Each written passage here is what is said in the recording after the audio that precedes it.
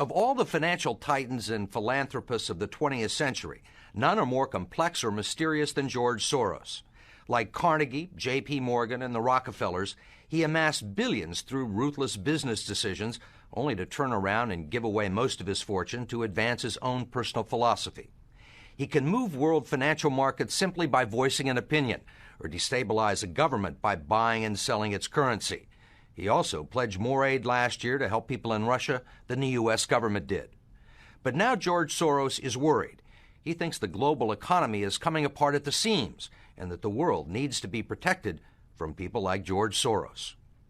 We may now think that everything is fine, but the fact is that the system is broke and it needs fixing. What you're doing is asking some form of regulation to protect the world against you. Well, I am a player, and I think all players should be regulated. There have to be rules of the game. Take 81,000 to buy 48,000. Buy him 69,000 YUM. Right now, his Quantum Group hedge fund moves $14 billion of rich investors' money around the world every day, looking for profits and answering to no one. Soros makes huge bets on whole countries and economies. Last year, when he saw cracks in the Asia boom, he began selling the currency in Thailand. Traders in Hong Kong followed suit, triggering a financial crisis that plunged much of Asia into a depression. In the last 2 years, you've been blamed for financial collapse of Thailand, Malaysia, Indonesia, Japan, and Russia. Yeah, all of the above. All of the above. Yeah. Are you that powerful? No, I think there's a great misunderstanding. The Prime Minister of Malaysia said that the region spent 40 years trying to build up its economy, and along comes a moron like Soros with a lot of money, and it's all over. He called you a criminal. It's easier for him to blame an outside force than to admit that they were mismanaging their economy and their currency. The French finance minister talked about hanging speculators from lampposts. Soros says the Asian currencies would have collapsed even if he hadn't been in the market. They were overvalued. He says people tend to follow his lead because he's been so successful. I think that I've been blamed for everything. I am basically there to make money. I cannot and do not look at the social consequences of what I do. This man is a carnivore of the first order. Jim Grant is the editor of Grant's Interest Rate Observer and one of Wall Street's most respected analysts.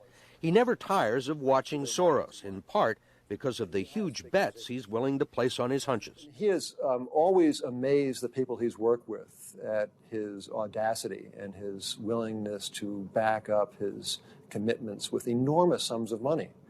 It causes the blood to drain from ordinary mortals' faces. Like risking $2 billion in Russia. When the Russian market began falling apart in August, Soros was the country's single largest investor.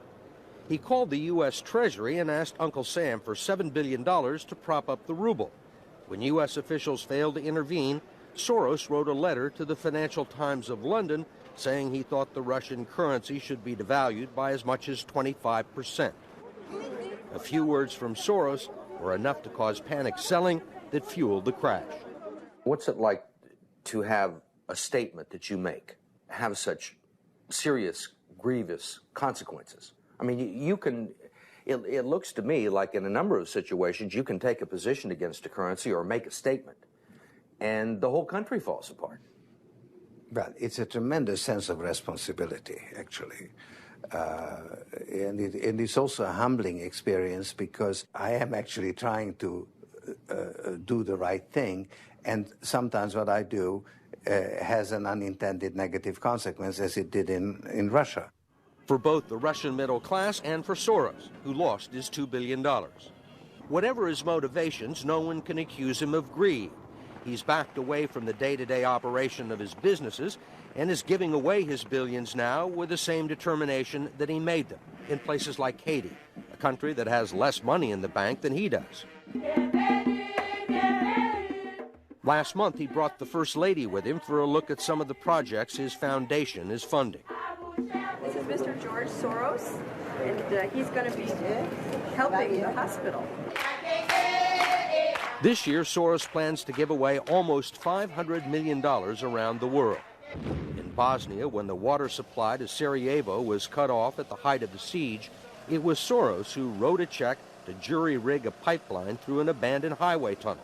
$5 million up front can be more valuable than $50 million a year or two later. Ambassador Richard Holbrooke brokered the peace in Bosnia. At one point, after the Dayton peace agreements in Bosnia in 1995, for a considerable period of time, George had given more money to implement the peace agreements than the U.S. government had. He just could move that fast. In Russia, he pledged $100 million to help scientists who might otherwise have sold their expertise to bidders like Iran or Iraq. In Eastern Europe, he's educated a new generation. And in Ukraine, he spent millions retraining the old Soviet military. At the center of George Soros, there's an inherent contradiction. Which is, on one hand, you're the capitalist who does not care about the social consequences of his act, and on the other hand, you are a philanthropist who cares only about social consequences. How do you resolve the two? Recognizing that as a competitor, I've got to compete to win. As a human being, I am concerned about the society in which I live. Which George Soros am I talking to now? The amoral George Soros or the moral George Soros? It's one person. It's one person who at one time engages in amoral activities and at the rest of the time tries to be moral. To understand the complexities and contradictions in his personality, you have to go back to the very beginning, to Budapest, where George Soros was born 68 years ago to parents who were wealthy, well-educated, and Jewish. When the Nazis occupied Budapest in 1944, George Soros' father was a successful lawyer. He lived on an island in the Danube and liked to commute to work in a rowboat. But knowing there were problems ahead for the Jews, he decided to split his family up. He bought them forged papers, and he bribed a government official to take 14-year-old George Soros in and swear that he was his Christian godson. But survival carried a heavy price tag.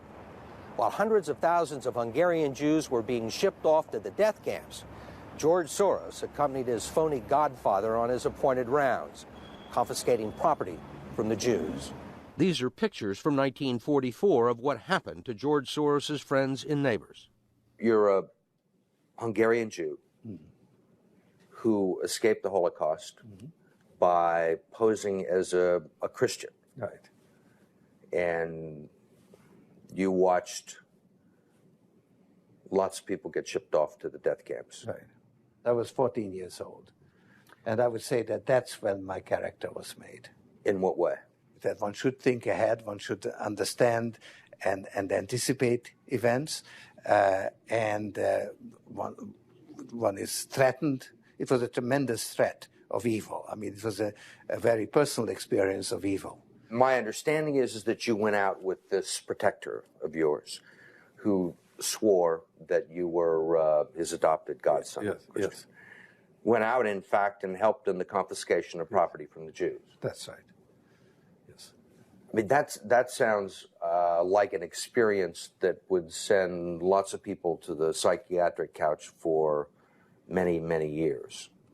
Was it difficult? Not at all. Not at all. Maybe as a child you don't see the connection, but it created no problem at all. No feeling of guilt. No. For example, that I'm Jewish, and here I am watching these people go. I could just as easily be there. I should be there. None of that. Well, of course, I could be on the other side, or I could be the one from whom the thing is being taken away.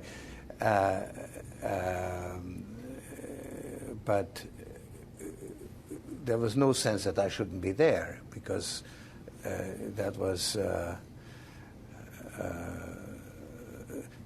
well, actually, funny way, it's just like in markets, that if I weren't there, of course I wasn't doing it, but somebody else would be taking it away anyhow. And it was whether I was there or not, I was only a spectator, the property was being taken away.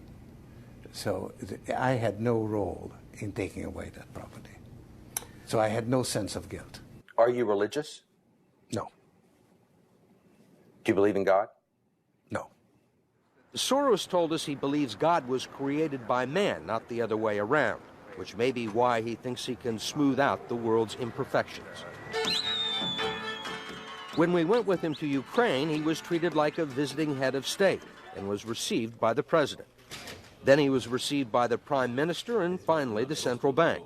20% in cash. They even allowed him to look at the books and asked him for advice. Lots of people want George Soros' advice. Most recently, South African President Nelson Mandela. Actually, President Mandela asked me, how could South Africa protect itself against speculators like you? And I told him, I wrote him a memo, trying to give him the best advice I could, how to reduce the exposure of South Africa to speculative attack. That's the old stop me before I kill again approach, right? Well, you're telling this is what you can do to stop me. Whether I or somebody else does whatever is happening in the markets, it really doesn't make any difference to the outcome. I don't feel guilty because I'm engaged in an amoral activity which is not meant to have anything to do with guilt. Part of the reason he is so rich is that the Soros hedge funds operate offshore in the Netherlands Antilles to avoid scrutiny by the Securities and Exchange Commission.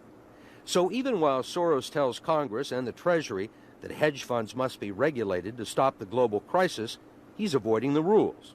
Why is it that Americans can't invest in the quantum fund? It's an offshore fund. Why is that? Because the fund is not registered with the Securities and Exchange Commission.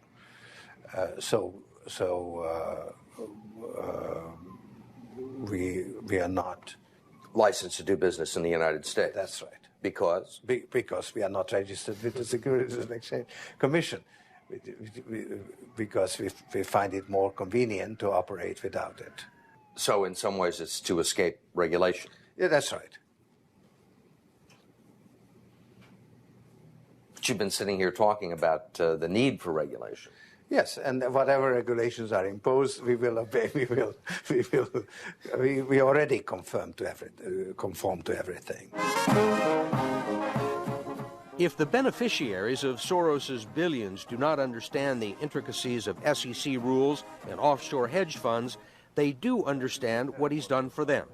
The president of Haiti is reading his new book, The Crisis of Global Capitalism, and so is President Clinton. Will all the attention spoil George Soros? George Soros, in a way, is Donald Trump without the humility. One of your money manager told us that George really does think he's a god. I mean, if you think that you're God and you go into financial markets, you're bound to come out broke. So the fact that I'm not broke shows that I don't believe that I'm God.